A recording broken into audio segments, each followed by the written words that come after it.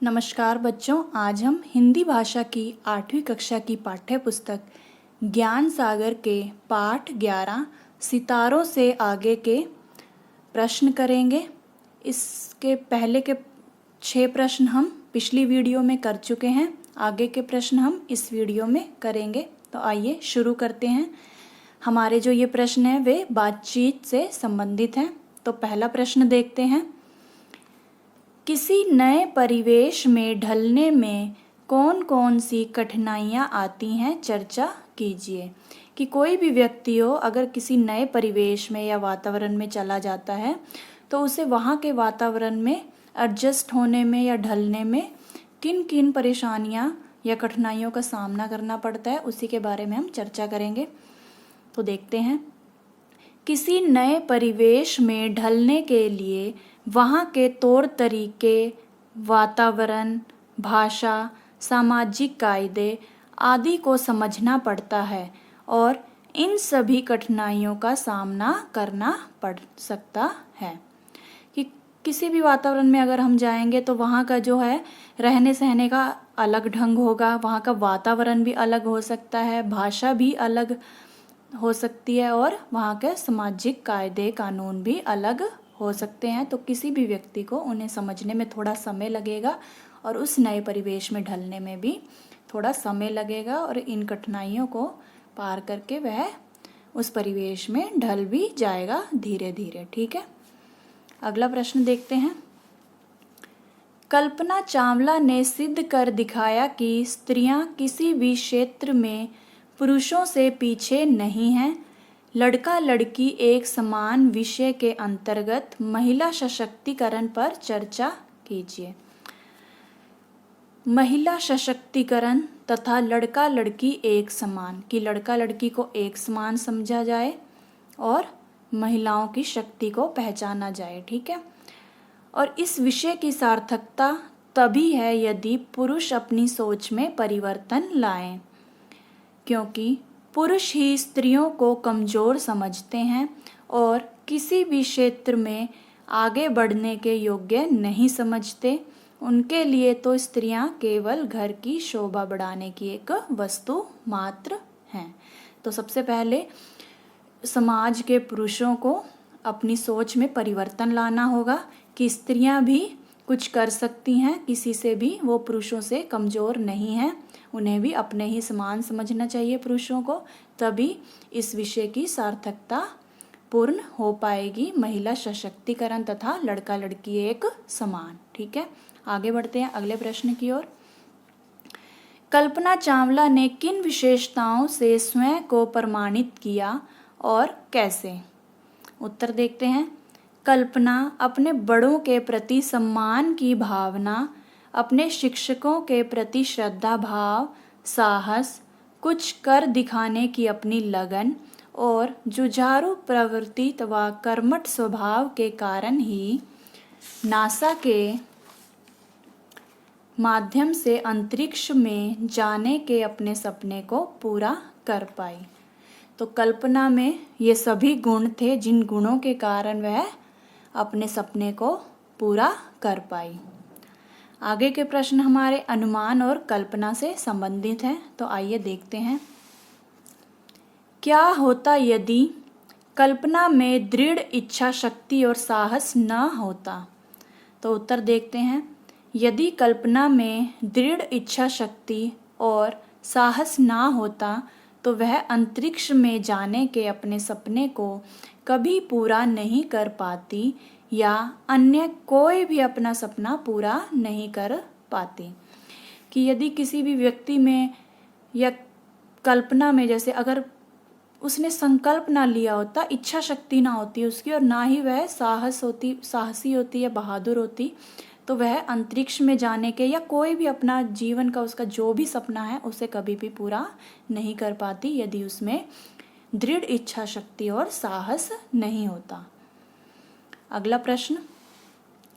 कल्पना स्वयं को अमेरिकी परिवेश में ना ढाल पाती।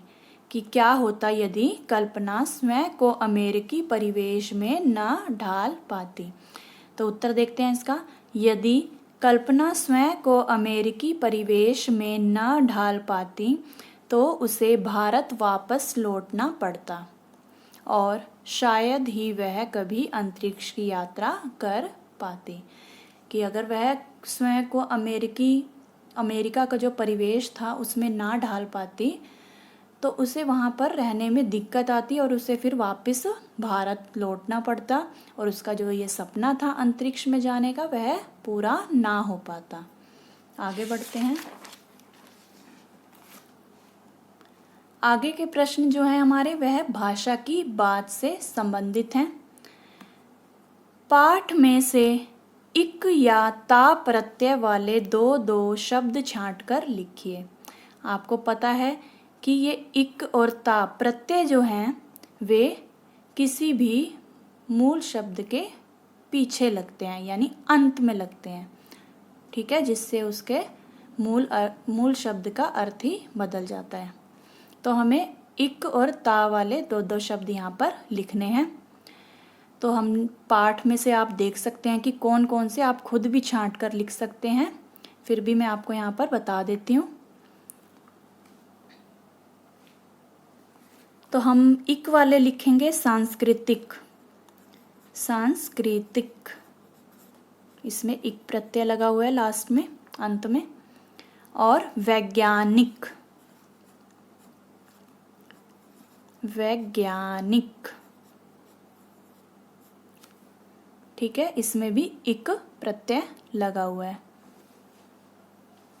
और ता वाले हैं हमारे जागरूकता, जागरूकता और विनम्रता, विनम्रता, इनमें भी ता प्रत्यय लगा हुआ है क्योंकि ये जागरूक और विनम्र एक मूल शब्द है और इनमें क्या लगा हुआ है, ता प्रत्यय लगा हुआ है अंत में, ठीक है। आगे बढ़ते हैं। दो वर्णों के मेल से होने वाले परिवर्तन को संधि कहा जाता है। कि दो वर्णों के मेल से जो परिवर्तन होता है उसे क्या कहते हैं, संधि कहते हैं। जैसे सर्व जमा अधिक, सर्व एक अलग वर्ण है और अधिक एक अलग वर्ण है और इन दोनों के मेल से परिवर्तन होकर इसका ये रूप आया है सर्वाधिक, सर्व जमा अधिक सर्वाधिक। तो पाठ में से 5 संधि युक्त शब्द छांटकर लिखने हैं हमें यहाँ पर, जो भी संधि युक्त पाठ में शब्द आए हैं। तो देखते हैं। पहला हम लिख सकते हैं सुशिक्षित। आप और भी कई शब्द हैं इस पाठ में, आप स्वयं भी छांटकर लिख सकते हैं। सुशिक्षित। प्रयोगशाला, प्रयोगशाला।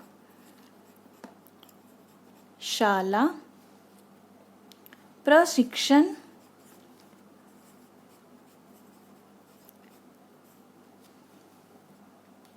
प्रोत्साहन,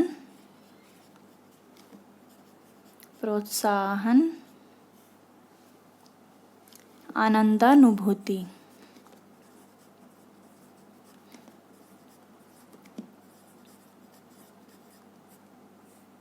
और इसके अलावा वैज्ञानिक भी लिख सकते हैं आप, वैज्ञानिक भी एक संधि शब्द है। और सांस्कृतिक भी लिख सकते हैं। आगे बढ़ते हैं। आगे के प्रश्न हमारे जीवन मूल्य से संबंधित हैं, तो आइए देखते हैं।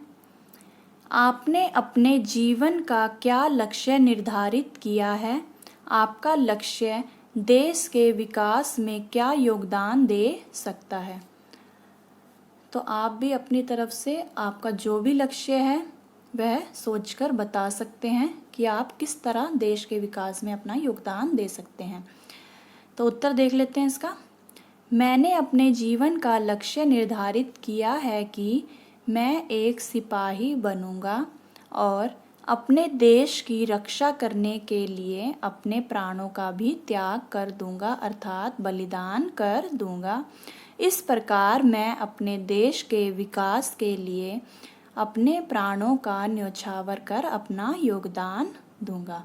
कि एक जो सिपाही है वह देश के विकास में बहुत बड़ा योगदान दे सकता है, अपने देश की रक्षा करके और अपने देश की रक्षा करते हुए अपने प्राणों को त्याग कर न्योछावर कर वह अपने देश के विकास में अपना योगदान दे सकता है। अगला प्रश्न, जीवन लक्ष्य प्राप्त करने में पारिवारिक सहयोग का क्या महत्व है? उत्तर देखते हैं इसका। जीवन लक्ष्य प्राप्त करने में पारिवारिक सहयोग यानी कि परिवार का सहयोग, जो हमारा परिवार है उसका सहयोग का क्या महत्व है? कि पारिवारिक सहयोग का अत्यधिक महत्व है, क्योंकि जब भी हमारे सामने कोई समस्या आती है तो सबसे पहले हमारा परिवार ही हमारा हौसला बढ़ाता है और हर मुश्किल घड़ी में हमारे साथ खड़े होते हैं। यदि परिवार का साथ ना हो तो हम अकेले अपने लक्ष्य को प्राप्त नहीं कर सकते। इसलिए जीवन लक्ष्य प्राप्त करने में पारिवारिक सहयोग का बहुत ही महत्व है कि जब तक हमारा परिवार हमारे साथ नहीं होगा तो हम अपने लक्ष्य को प्राप्त नहीं कर पाएंगे। चाहे हम अपने लक्ष्य तक, अपनी मंजिल तक स्वयं अकेले पहुंचते हैं, लेकिन उसमें सबसे बड़ा योगदान जो है वो हमारे परिवार का होता है।